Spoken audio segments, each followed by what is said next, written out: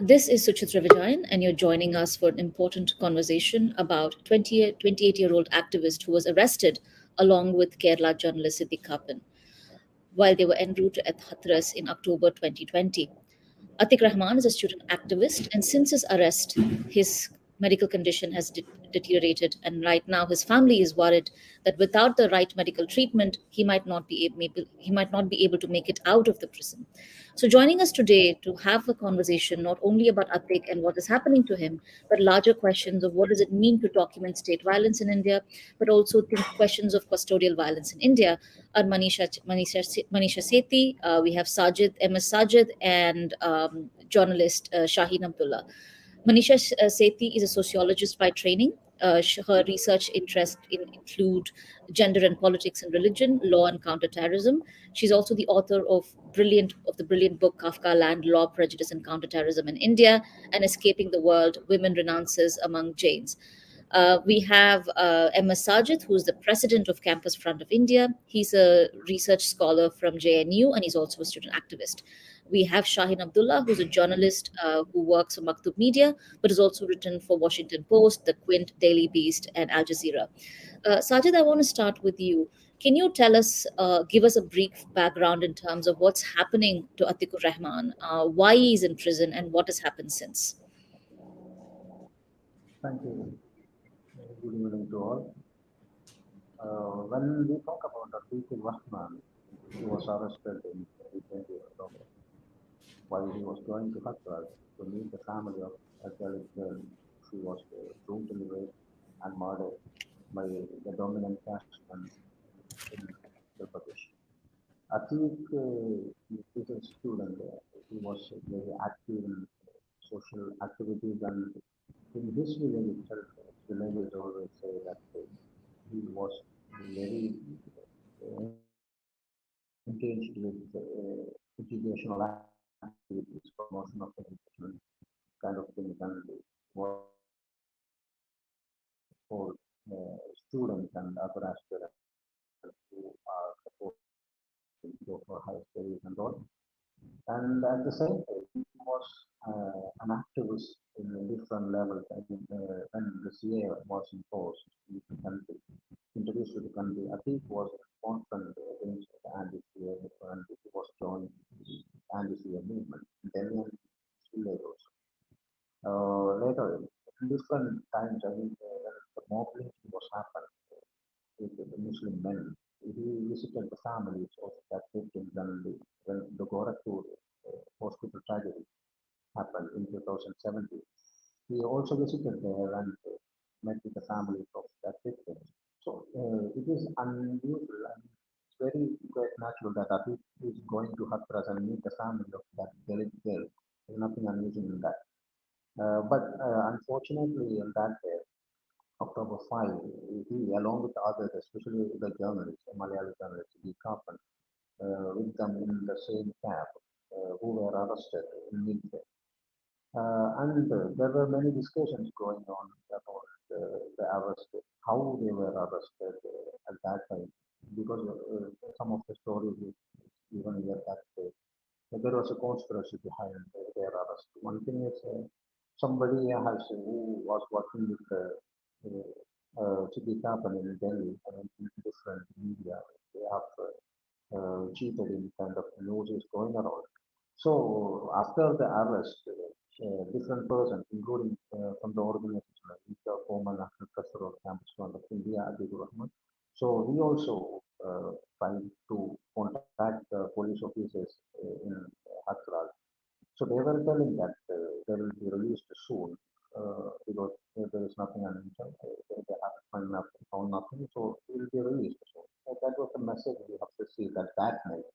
But later, the very next day, the news was changed very dramatically that the police seized many unwanted things like pamphlets, laptops, mobile phones. And the story was that they were going to Hathras to disrupt the communal harmony. That was the main allegation against them. And they were charged with very stringent laws like the UAPA Act, I mean, the UAPA, different sections of the UAPA imposed on them. That's the only reason they have to be spending 2 years, nearly 2 years in jail. But we know Atikur Rahman, actually, from the childhood itself, he was suffering from heart ailment. And he was supposed to get the treatment before he was arrested. He was to be arrested. But unfortunately, after the arrest in the same year, in 2020, December, itself, he has filed a petition that he needed medical treatment. But the court didn't give much attention to this. The court only said do the needful to the police officers, but the police didn't do any kind of actions on this. And in different times, in 2021 itself, different times he has filed different petitions regarding seeking medical treatment. In March itself, he has filed another petition getting high advanced treatment. But the police didn't do anything on this issue. Again, he has filed different petitions seeking parole for the treatment, but not Sajid, I'm sorry to proper interrupt you, but we treatment. can't hear you. Your voice is not very audible. Can you speak up a little louder, please? Sure, sure. Is it okay now? Hello? Hello? I can't hear you. Wait a second. One second, one second.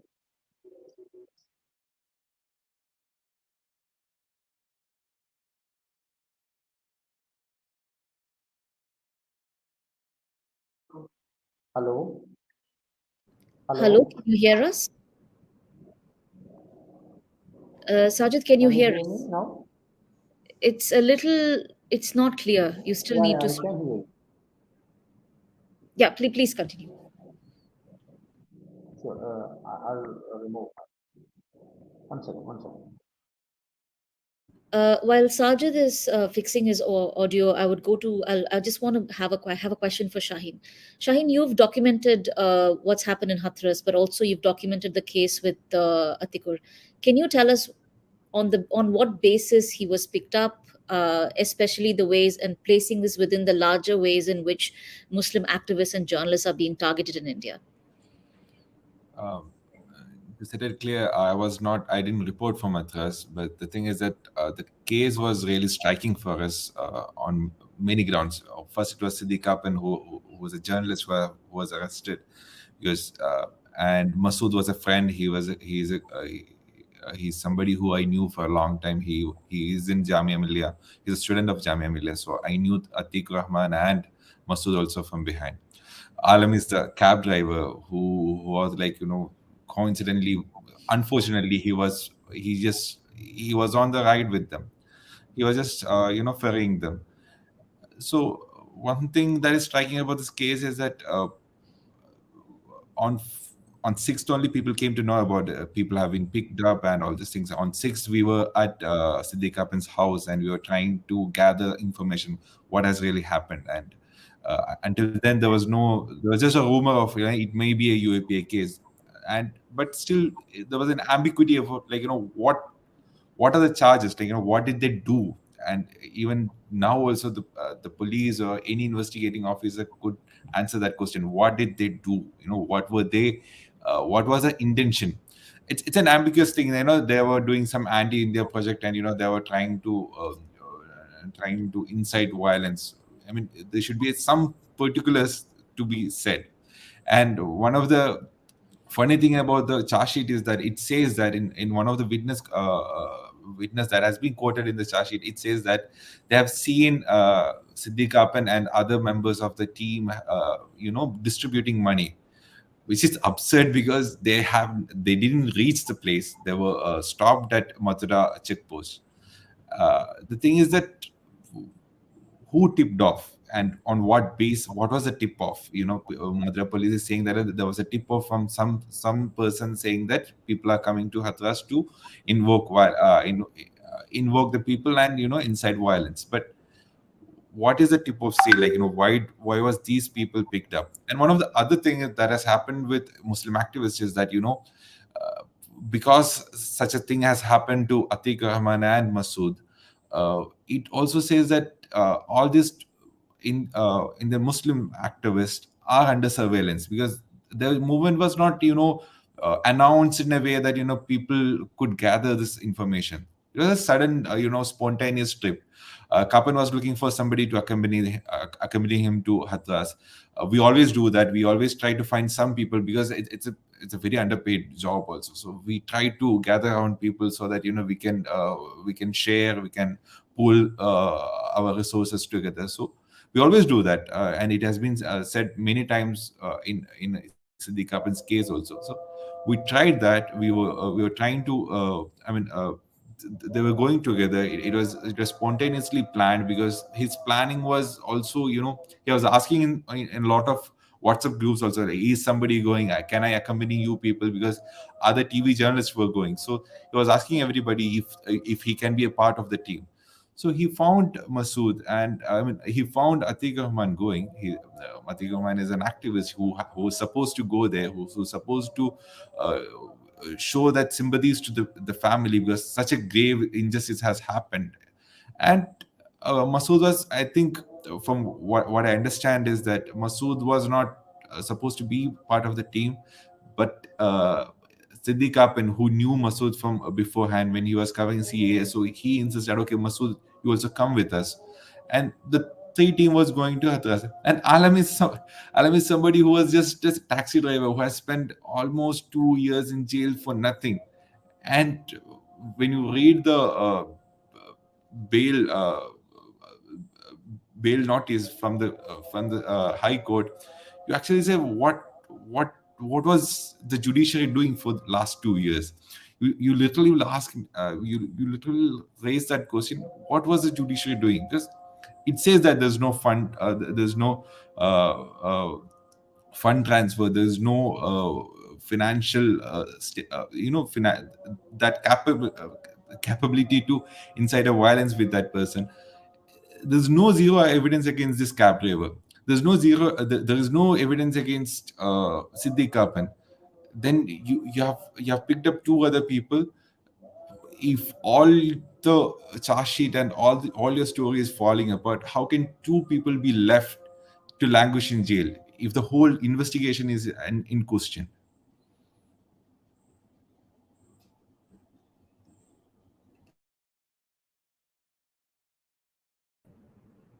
Shaheen, thank you for that. On the question of evidence, I have more questions, but I'll now want to go to Manisha. Manisha, you've written extensively about the ways in which laws like UAPA are weaponized to target the Muslim community. Can you give us a general introduction to how these laws are being used, but especially in the recent cases where especially Muslim journalists and activists have been picked up?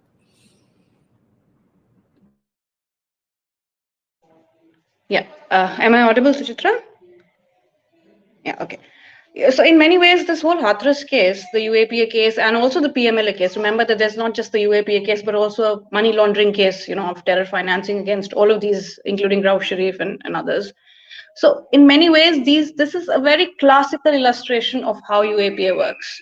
So you have these set of people who are marked out as enemies of the state. On basis of what? On basis of very, very speculative claims, absolutely zero evidence, as Shine was pointing out. There's absolutely no evidence. Very, very tenuous links are being made between people. Just because, he mentioned Alam, for example. Alam, now one of the grounds on which they're saying that Alam is a member of PFI, and I'll come to the question of PFI in just a moment, is a member of PFI is because the cab wasn't booked through the app.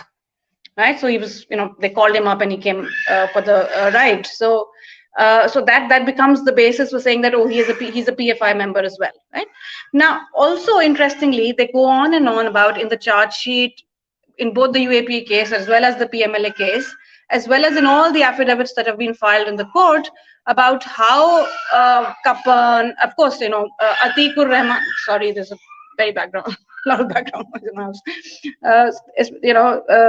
Masood and Atikur Rahman are office bearers of PFI, but they also go on and on about how Alam and Kappan are related to PFI, as though belonging to PFI may be a problem or a criminal act. Now remember that PFI is not a proscribed organization. It is not a banned organization. So it's perfectly legitimate, for anybody to be associated with PFI, right? It's not a banned organization. And in fact, the only time that the ban happened was in 2018 in Jharkhand, and which has been lifted. So it's not illegal to belong to PFI. Even if you were to say, that Kappan and Alam are members of PFI, that would not amount to a criminal offense in itself. But this is how UAPA works, by smearing, by insinuations, by making these kind of tenuous links, between different people who may be very vaguely connected or not connected at all, to draw them into this circle of conspiracy. And conspiracies, who knows how conspiracies are hatched, right? So everything is secret, everything is kind of very tenuous. And this is therefore very, very, and what are the charges that are alleged against these? That Rauf Sharif was laundering money in order to fund anti-CA protests. As though, so what is happening is you are proscribing, you are criminalizing political acts. And this is what is happening. You're prescribing, you are criminalizing political acts, you're criminalizing a whole section of people. That's what happens through this. And, if I have time, I will, perhaps we can go into how UAPA works, more generally to show how, how subjective the whole exercise of, labeling something as terroristic or unlawfulness is, right? So what happens through UAPA is anything that the state doesn't like, any category of people it wants to criminalize, any category of ideologies that it wants to criminalize, UAPA becomes the best weapon, right? I mean, really, you look at Alam's bail order from Lucknow High Court, but also look at the NIA court of Ernakulam's bail order in Rauf Sharif's case, for example, where the ED has made these huge claims about how money from the Gulf is coming in, how he's laundering, how there are layers of laundering happening of, of these finances, and how he's giving money. So the link is, that he was paying money to Masood and Atikur Rahman. I mean, obviously there would be financial transactions between Atikur Rahman, who's the national secretary of CFI Campus Front, and Rauf Sharif, who's also another office bearer. So they're criminalizing all of these, right? And they're making this big story about how these funds are coming in and how they're being pumped into these anti-national activities, such as anti-CA protests and visit to Hathras. Now, again, in the Supreme Court, this question came up. What is the material against Kappan, really? And the material that Mr. Jethmalani could offer was, that they had justice for Hathras posters. As though, and again, this works with UAPA. A large number of UAPA cases are not to do with violence. No violence has happened, but seizure of literature, seizure of, so it's basically prescription of political action. So the idea is that Muslims should not be critical. They should not protest.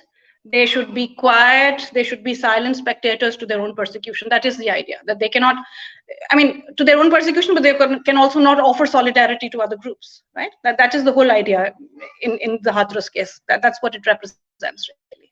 We can come back later to, more generally on the UAPA. The next question is for both Sajid and Shaheen, one from an activist perspective and one from a journalistic perspective. Manisha talked about evidence and using how Muslims should be quiet about their own persecution. Do you see the arrest, Sajid, this question first, maybe you can take it first. Do you see the arrest of someone like Atikur as some way of punishing him for his activism? Is that something that you think is happening? Or why do you think he was picked up at this very moment when he was heading to Hathras? Hello, can you hear me now? Hello? Hello? Hello? Louder. Is it okay now? Yeah. Hello. What I am telling about this Hathras case, is it okay, boys? Can you hear me now? Sustrana?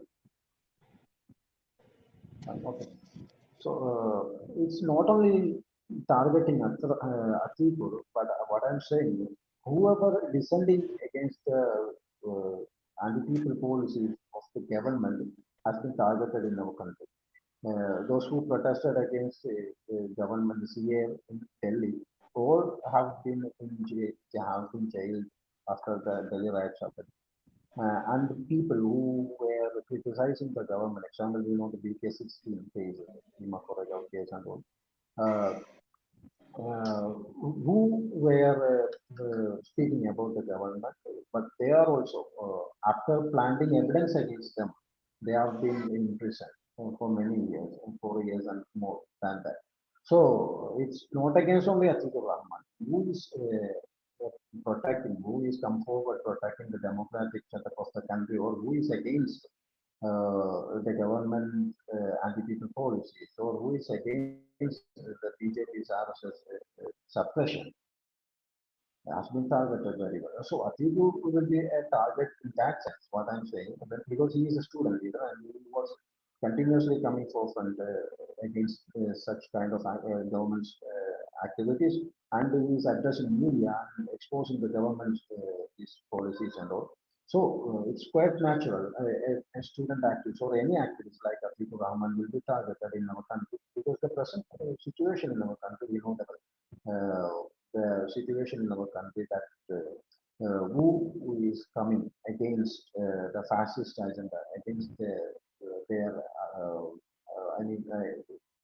democratic, they are trying to uproot the democratic setup of the country, will be targeted. That is very quite visible in our country. So the targeting Atiku is not the only sole case we can say, but there are other people also who have been in jail because of the same activities they have done against the BJP RSS agenda. Shaheen, can you talk to us about the ways in which you see the entire narrative of these arrests have been painted in the mainstream media versus, say, something like Maktub media reports when these cases are playing out?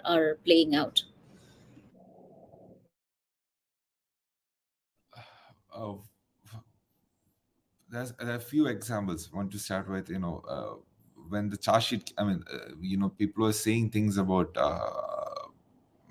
Mr. Siddique Kappan, saying that, he has this much amount of money in his bank account.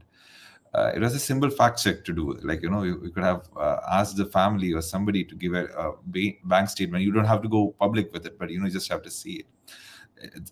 This is a struggling journalist who had some, 10,000, 40,000 rupees. All his bank statements are in the court right now. People can see it. People can look into, whatever, it's all public right now, whatever he has earned and whatever he has spent. But initially the media was making huge claims saying that, he has lakhs of money. He's tunneling that fund from here to that side. It's good that Manisha Sethi, ma'am, she brought up Rauf Sharif. So he was somebody who has been working in Gulf for a long time. He's part of CFI. But, suddenly he has been booked. So his family are saying, it's just that, you don't even have a clue that, somebody is targeting you. It just happens in a wind. And, the person is languishing in jail for a long time, even though he was given bail again and again. Then again, that they're trying to tie him down. When you talk about Siddique Kappan or when you talk about Alam, they're still in jail. So even though the court says that, okay, he never got any fund, or he didn't send any fund, it's still in court. Alam's hearing is happening. Alam's verdict hearings are happening on 13th. Siddique Kappan, they don't know. The family doesn't know when it will happen because the court didn't make a direction. The court only made some suggestions saying that, okay, you have to do this and that. Even though it's a good verdict, it still doesn't impose. The power of Supreme Court is not used in the particular case and in the directions given. So the stigma that comes around, I'll be talking for the first question also. If you're an activist, when Rehanat was in Delhi, she wanted a place to stay, and it becomes so risky for her because, people doesn't want to the way that people doesn't want to associate with an activist. People doesn't want a digital or any kind of money trail with an activist who has nothing to do at the moment. But they are predicting it. Okay, the activists or this journalists who are working for minorities in India, will be a target at some point of time. It's not if, it's about when. Someday it is going to happen. They're very sure about that is going to happen. So the people are treating you that way. So it has become so hard for a lot of journalists. We have seen journalists and activists facing the same problem. They want to withdraw from this fight, because it's not about fighting the enemy. It's about how to maintain it in your family and friend circles, in your groups and in your clubs. So it has been very hard for them in that way. Then it's about the state. The state make accusation. The state is the person who is going to, the person who has been accused, who is in jail, who is in the receiving end of all kind of torture and everything. He is the person who have to defend himself. That is something I think Manisha Sethi would be elaborately talking about. It has become a huge burden for this family and anybody who is in.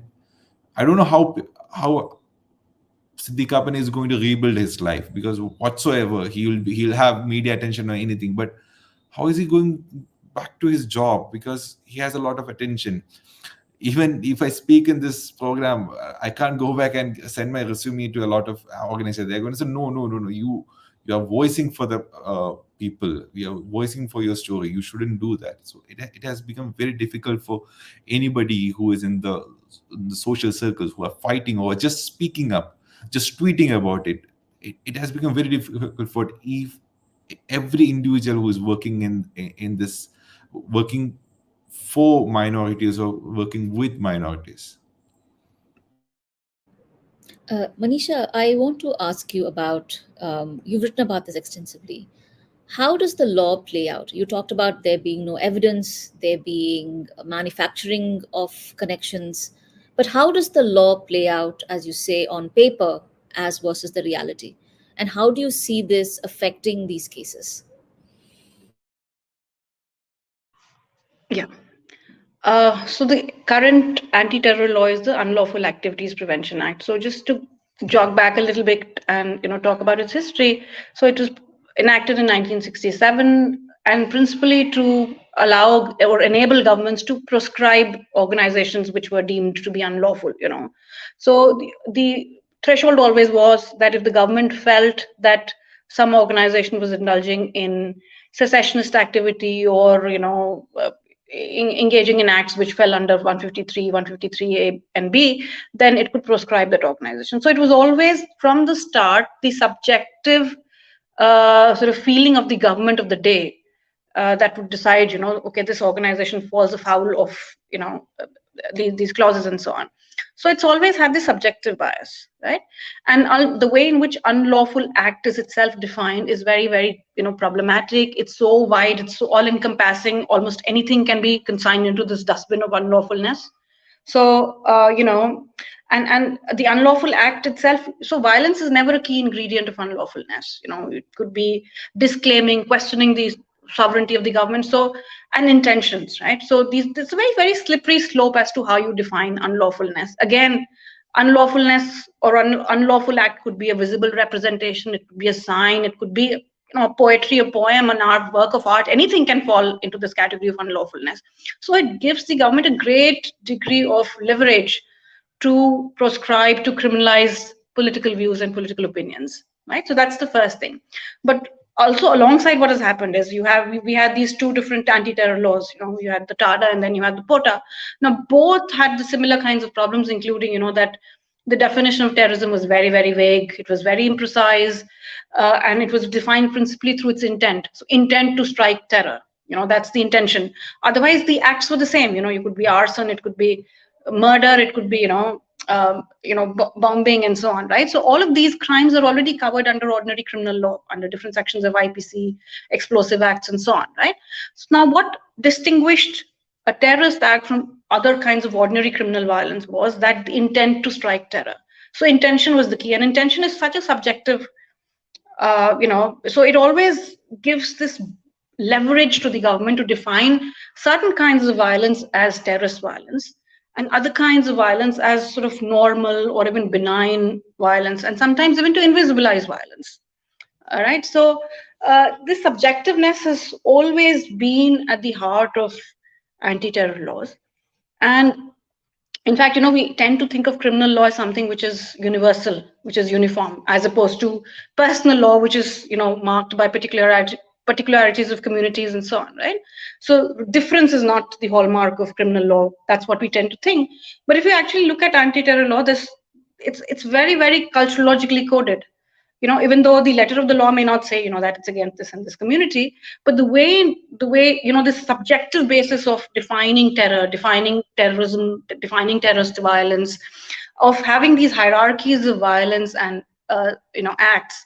So it's always up to the executive, it's always up to the, police station, it's always up to the now NIA, it's always up to the Home Department and Home Ministry to designate certain kinds of acts as terrorist acts, whether or not they are accompanied by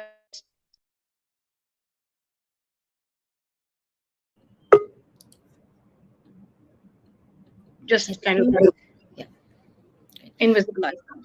So this subjective basis, we lost you for the last 5 seconds. Can you just kind of begin the last 5 seconds and then please continue?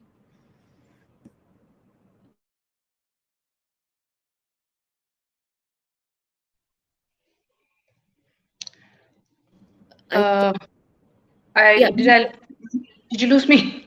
Yes, we lost you for 5 seconds. If you can just continue and then I'll yeah. So I'm saying this very, this subjective bias at the heart of law allows the state to designate certain categories of people, whether defined through their ethnic or, community affiliations, or certain kinds of ideologies, whether, it's anti-developmentism or whatever it may be, right? As to mark them out as enemies of the state. And then you quarantine, then you neutralize them through this law, right? And this law itself, the way in which the architecture of the law works is that it starts, unlike all ordinary criminal, laws, which start with the presumption of innocence, this law actually turns that presumption around, right? So you look at the bail jurisprudence in UAPA, it's absolutely impossible to get bail, right? So, and even now, even more so, because after the Vatali judgment in 2020, which actually Supreme Court laid down, that the courts which are examining the bail of accused should not go into the merits of the evidence that are placed before them, right? So even if a piece of evidence, which could just be hearsay or which could be fake, which could be, not admissible otherwise in the trial, is now admissible for the purposes of bail. So basically the prosecution gets to say whatever they have to say, and the defense has absolutely no right to counter it, to deny it, or to get it excluded from the bail hearing. So bail has become absolutely impossible. That's why 2 years for what? Kappan, Atikur Rahman, languishing in jail for what, really?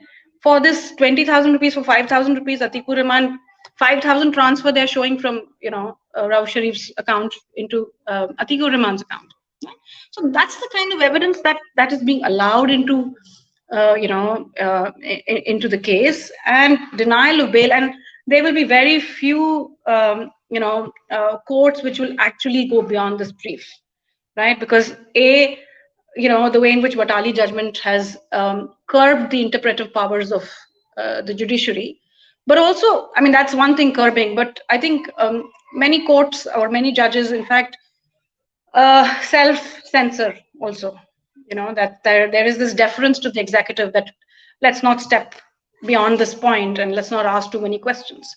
And even the Supreme Court order, in Kappan's case, it's very, very disappointing in many ways. Right? It says, of course, one is really relieved for the family and the friends and lawyers of Kappan that he's going to be, he's been granted bail in this case. But really, it makes no commentary on the nature of investigation. There are oral observations, of course, which were made in the court by the Chief Justice and by his brother judge. But really, many of these should have probably entered into the bail order, and they would have become part of the jurisprudence, bail jurisprudence of UAPA. But we do not find that, so it's a bit disappointing. Sajid, we have an audience question for you, and the question says, given the custodial, I'm rephrasing a longer question. Given the custodial murder of someone like Stan Swamy, And every day we listen to the dire conditions under which prisoners are being held, and now the condition of Atikur Rahman. Can you talk to us about the ways in which people outside, organizers and people outside, can protest or organize as a way to counter these kinds of violences in prison, given that the judiciary is completely now. So they're saying that given that the judiciary is lost, given that so many people are being silenced, is there a way for the public to protest and organize in order to challenge what's happening to people like Atikur and others in the prison? See, in the case of Stan Sami, not only Stan Sami, there are many other people like him who are languishing in jail. We know Professor Hani Babu, G.N. Sai Baba, and many people like Varavara Rao, Gautam Navlaka. There are many people who have been seeking treatment to the judiciary. They need the right to get the proper treatment for their disease, but it is not given to them so far. I mean, in the case of Atikur also, he was seeking the treatment the last 2 years. He was fighting legal. It's after a long legal battle, he get the surgery from the AIIMS. So it's very natural. I mean, the court itself, it's become internalized that the denying the treatment or denying bail, it's a common thing like of activity has become a common activity in our judicial process. But when we are considering, why we are voicing for their right outside, it's become a potential, I mean, crime. The Manisha also already pointed out that the criminalizing the political activity is very normal in India. uh, Whoever is talking against this injustice happening to these kind of prisoners, it will be targeted like a terrorist or kind of associated with their political affiliations, their ethnic connections and all. And at the same time, we need to understand one more thing that when they are, in this case, in Hathras and in the previous cases also, I mean, when decades back or 15 years back, very many bomb blasts happened in our country. And many Muslim youths were arrested. They spent decades in jail and later they freed without any evidence. The court finally said that there is no evidence against him. But in this case, in Hathras case, we can see that there is no crime happened, as many pointed out here. There is no crime happened, but they have been languishing in jail for the last 2 years. That's a very cruel thing in here. And those who protest against this injustice also, in the case of, I mean, the organization Campus Front had made a different protests against this incarceration, but in different places of the country, the police has initiated different cases against the protesters. In this case also, I mean, in different at many points, we can see whenever we come out of the street and we are protesting against injustice, there is very chance to be targeted. So it's very dangerous in this situation in India. Current situation in India, it's very dangerous to be a decent voice, raising the voice against the government, especially the fascist government. They are, I mean, grasped all powers in their hands, and excessive powers are given to the investigative agencies like enforcement directors, NIA, and all. Even if the same crime has done by different people, I mean, in terms of their religion or caste, the same crime happened, but the differentiated treatment is visible here. So these investigation agencies, they are imposing the terror laws like it, or these draconian laws like UAP and all to certain sections of the people of the country. So voicing against this injustice is very dangerous situation in the present scenario, because an intimidation politics has developed in our country. Not only to the protesters or activists, but whoever is protesting against the government will be targeted very keenly. They are openly they are saying we will be sending these enforcement directors either or NIA or other agencies behind. Everybody can be targeted. So the voicing against such injustice is a very dangerous thing, but we need not to fire. Afraid of such situations, because it's very normal in the history also. Many such oppressive governments have targeted protesters in different countries in the history also. So it is very quite natural to be targeted in such a situation. So we need to be come forward again and again. Such tyrants or authoritarian government will be wiped out, like in history happened. So we need to be very prospective in mind that one day our democratic or the constitutional values will be restored in the essence as it was dreamed by our ancestors. Kind of a belief should be in our mind to reach a higher position. Otherwise, the country will be dismantled by this government or the fascist forces. That means it should not be allowed. That's a basic reason we need to understand.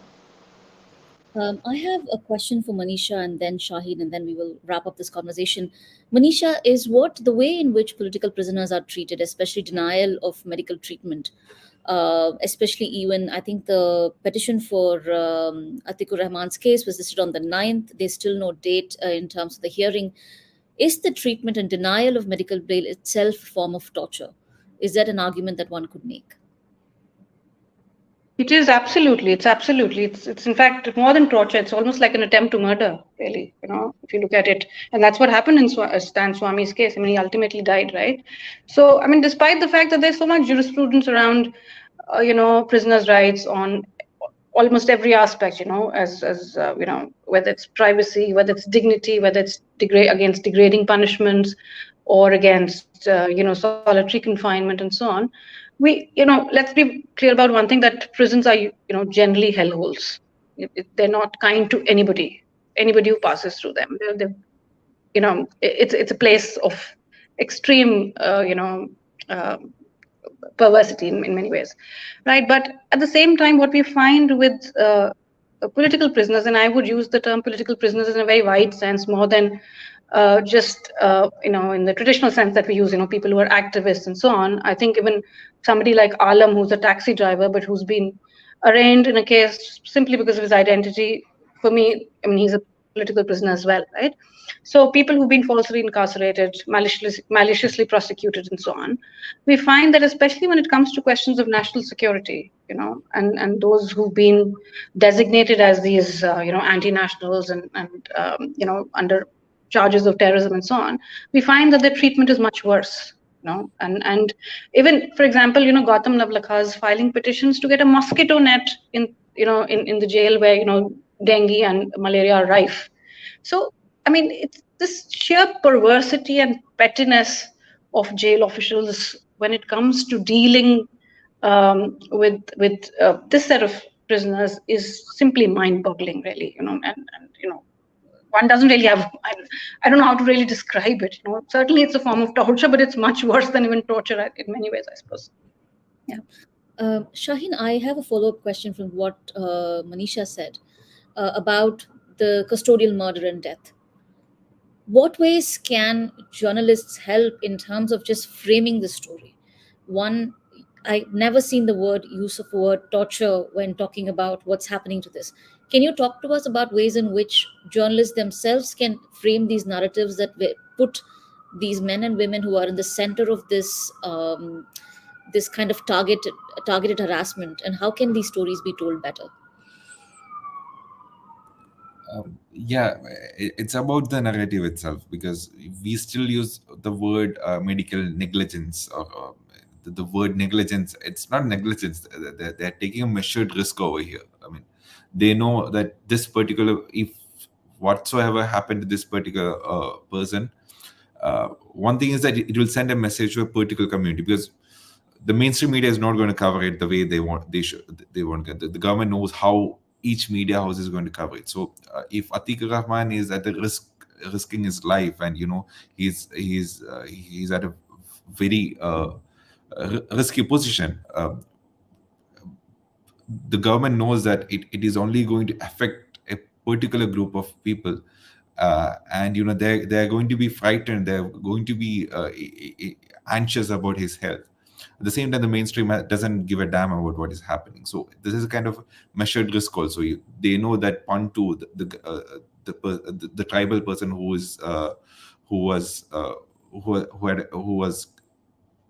died, it's a custodial that happened last month. He was part of Sai Baba's Jain Sai Baba's UAPA case. So he died due to swine flu.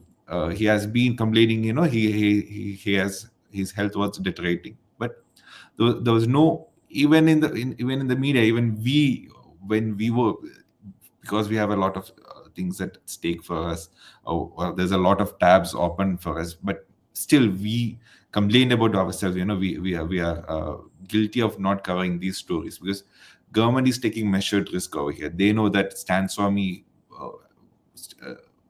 at one point of time he has to be hospitalized, but the government also wants to know how he can be suffered, because the suffering is sending a message.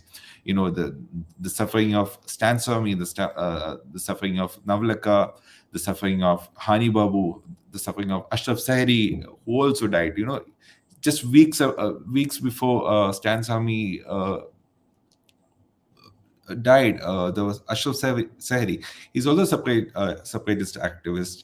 He's also a leader for the Kashmiri people, but nobody gave a damn. But he died. I think he went to the hospital at the last moment. But at least with Stan Swami, people know that there will be a media attention to it. He was taken to the hospital a few days before. So I think the government is taking a measured risk over here, and it should be called torture, but there should be a collective consciousness. As journalists, we have some limitations to throw in some words. There should be a collective consciousness. There should be a validation from people, at least people from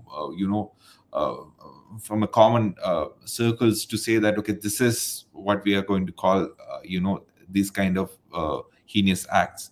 We are going to call it a torture. We are going to call this a pogrom. We are going to call this an anti-Muslim violence, because as a journalist, when we come out with some words, you kind of get struck down, and these strikes are very important for us, because whatsoever we have to be in we have to play a longer innings, and keep telling the story, and that is very important for us. But there should be if there is a collective, I want to I just remember that Police Project came out with a story saying that this is not a riot, this is a pogrom. It was by Irfan Ahmad on the first in the first week of Delhi pogrom. So we always, whenever people ask, why are you the only media organization calling it pogrom, we always take this article and say that, see, there's an academician saying this, there's a world-renowned anthropologist saying this is a pogrom, not a riot. So if there's a validation, if there's a collective validation, so okay, we are going to call this a torture, then we can always, as journalists, we can also bend the narrative and say that what it is. Even though there are collective evidence to say that this is torture, we can't still, without this validation, we can't actually pursue a story with all these things. But yeah, what is happening to Atikur Rahman is very unfortunate. With what is happening to Gonzalez sir is very unfortunate. What is happening to Hani Babu is very unfortunate, and it is happening to each and every jails in India. PUDR day for yesterday, PUDR came out with a report saying that they have filed 3 RTI to the Taloja jail, asking what are the medical facilities they have in the they have in the jail, and they didn't get even a single answer. We know what happened to the condition in Mathura jail was so precarious that even the government, the Supreme Court said that Kappan should be shifted to AIIMS in Delhi. Now we don't know what is happening in Lucknow jail, but still, the way how Atikur Rahman was ferried the last time when he was taken to the hospital in a police van, not an ambulance, it says a lot. It's a government institution. They could have provided him an ambulance. They could have waited for him. He has been suffering for a long time. They could have waited 5 minutes and get him an ambulance, but they won't do it. And they make sure that the images are also sent out saying that this is a message that is going to be sent to a particular community, that this is how we are going to treat you. And it's unfortunate that the mainstream media won't question this also. They keep themselves out of all this thing. They only come out when something very drastic happens, when it shakes their bones, when it kind of, the community pressure them to speak about it. Until then, they are not going to make any voice, and they're not going to say anything. And this is not something that has happened today, or like last month. Manisha said, ma'am, the Kafka land is very important to say that since when this was happening, the narcotic lady or whatsoever, each of this documentation is really prove that it has been happening in India for a long time. And if nobody is going to hold anybody accountable, it is going to happen for a long time. Our duty is to just tell the story and make sure that we don't be the story. Thank you for your time.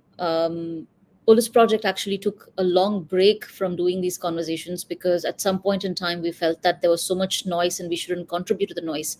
The reason we've come back and hosted this conversation today is because not only of the deteriorating condition, but I think it's important for us to have these conversations.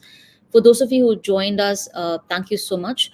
But I also suggest that you follow folks like like Sajid and others on social media and other places where they continue to advocate for the prisoners, because the pockets of resistance in India are still very much alive. Shaheen Abdullah continues to document some important stories for Maktub Media, and do consider supporting their work, because I think what we need is not more of mainstream, but smaller news organizations that focus on communities in resistance, and that's absolutely important. Manisha Sethi's work is not just brilliant, but full of moral and political clarity.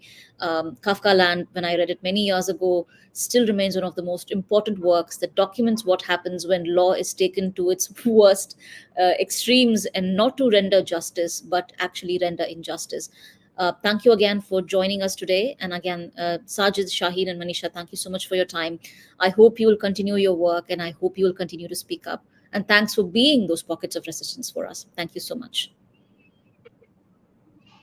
Thank you, Suchitra. Thank you very much.